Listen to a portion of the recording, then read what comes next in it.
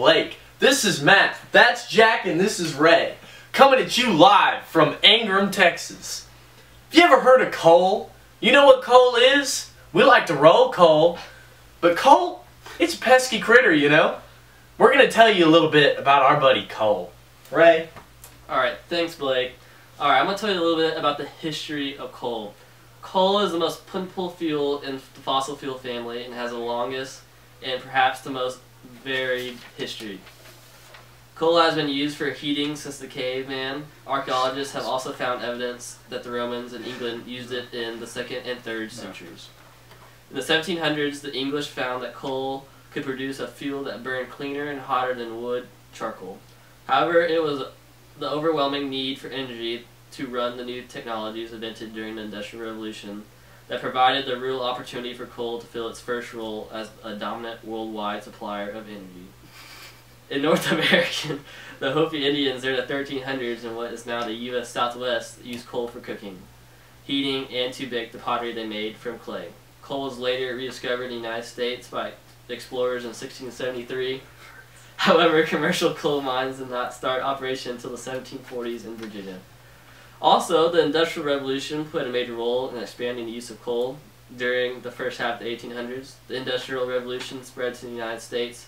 Steamships and steam-powered railroads were becoming the chief forms of transportation, and they used coal to fuel their boilers. So this is a little bit about history of coal, and now I'll take it away to... Thank you, Ray. You are very knowledgeable. Now I'm going to go ahead and pass you off to the late Jackson Field. Alright guys, coal may be good for energy, but as doctors have found out, it is not too good for your health. Coal can affect your respiratory system in many ways. Air pollutants produced by coal combustion act on the respiratory system, contributing to serious health effects including asthma, lung disease, and lung cancer, and adversely affect normal lung development in children. Poor children. Alright, it can also affect your cardiovascular, which is your heart, which I found out. Coal combustion pollutants lead to cardiovascular disease, such as arterial occlusion, cardio blockages leading to heart attacks, and frac formation, which is tissue death due to oxygen deprivation. Pretty cool. It can also affect your cardiac deprivation, as well as cardiac arrhythmias and congested heart failure. Exposure to chronic air pollution over many years increases cardiovascular mortality. It can also affect your nervous system. Studies show a correlation between coal-related air pollutants and strokes. Coal pollutants also act on the nervous system to cause loss of intellectual capacity, primarily through mercury. Researchers estimate that between 301,000 and 631,000 children are born in the U.S. each year with blood mercury levels high enough to reduce IQ scores and cause lifelong loss of intelligence. Pretty sad for those kids. Alright. Thank you, Jackson. You should be my doctor. Now we're going to take a commercial break. Thank you very much for listening. We'll see you soon. This ad has been paid for by the Black Lung Association of America. Viewer discretion is advised. Hi, I'm Ray Swires, and I have the black lung.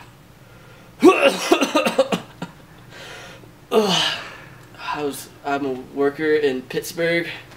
I've worked in the coal industry for 35 years. Oh God. As you can see, breathing in the coal fumes from mining deep below the depths of the earth for so long has given me this black lung.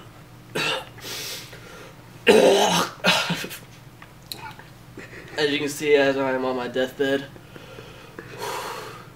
it's very hard to breathe. Always remember me in my last breath. Now, we're going to pass it on over to my buddy Matt here. I'm going to tell you about environmental impacts. Did you know that acid mine draining refers to the outflow of acidic water from coal mines or metal mines? I didn't. Often abandoned mines where ore or coal mining activities have exposed rocks containing the sulfur-bearing mineral pyrite. Pyrite reacts with air and water to form sulfuric acid and dissolves iron. And as water washes through mines, this compound forms a dilute acid, which can wash into nearby rivers and streams, causing cancer. Air pollution from coal mines is mainly due to emissions of particular matter and gases, including methane, sulfur dioxide, and nitrogen oxides, as well as carbon monoxide. I don't know what half of those are, but they sound bad to me.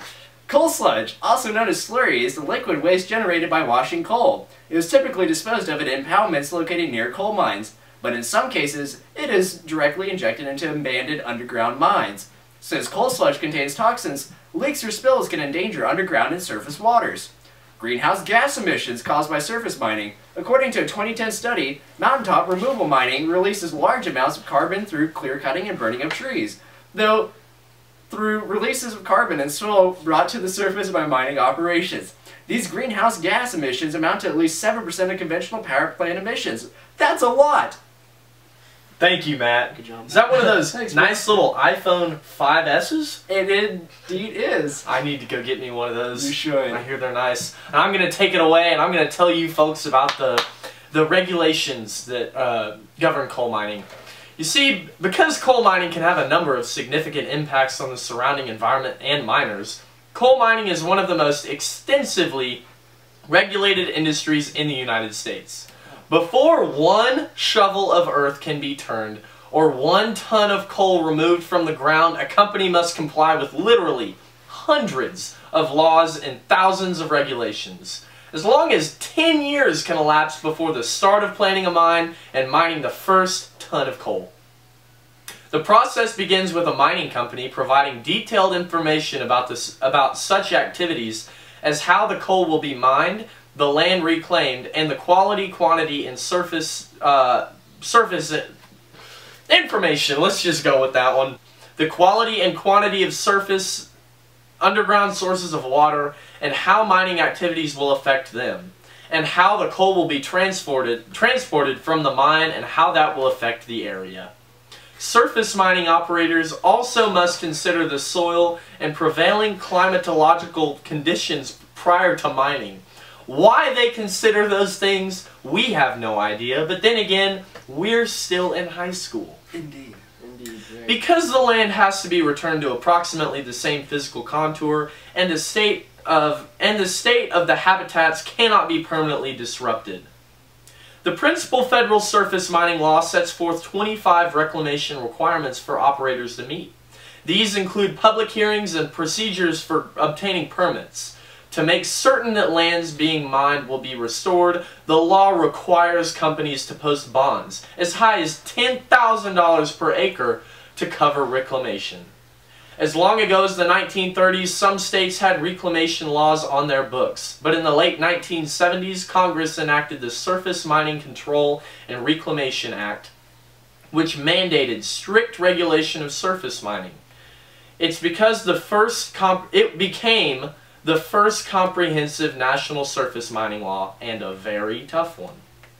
Beyond the specific requirements of the federal laws already noted, many other legislative acts affect some or all surface mining in this country, such as the Archaeological Salvage Act, Bald Eagle Protection Act of 1969, Endangered Species Act of 1963, Fish and Wildlife Coordination Act of 1934, Forest and Rangeland Resources Planning Act of 1974, Historic Preservation Act of 1966, Migratory Bird Treaty Act of 1918, Mining and Minerals Policy Act of 1970, Multiple Use Sustained Yield Act of 1960, National Forest Management Act of 1976, National Trail System Act, Noise Control Act of 1976, Resource Convention and Recovery Act, Safe Drinking Water Act of 1974, Soil and Water Resources Convention Act of 1977, Wild and Scenic Rivers Act, and finally, but not held to, the Wilderness Act of 1964. True. Gentlemen, Wow. Did you get all those? That was a lot. That was a lot. That was great. But you know what? I am so happy that our government takes into account our safety and the world's safety, you know? They know best. Go USA. Go USA. Go USA. See? American flag right there. Oh wait, hey Ray. What about- Hey Ray.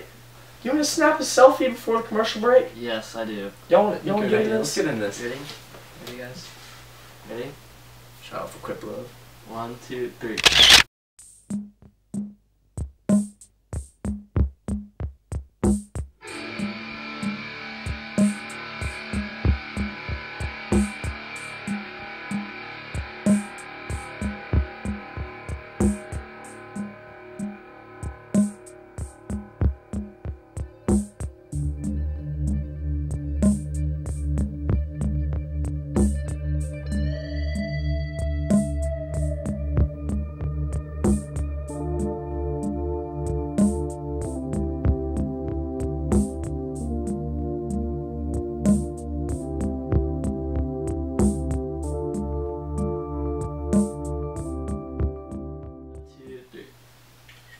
cut.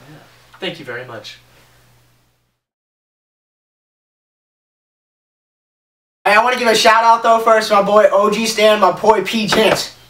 Shout out Wikipedia.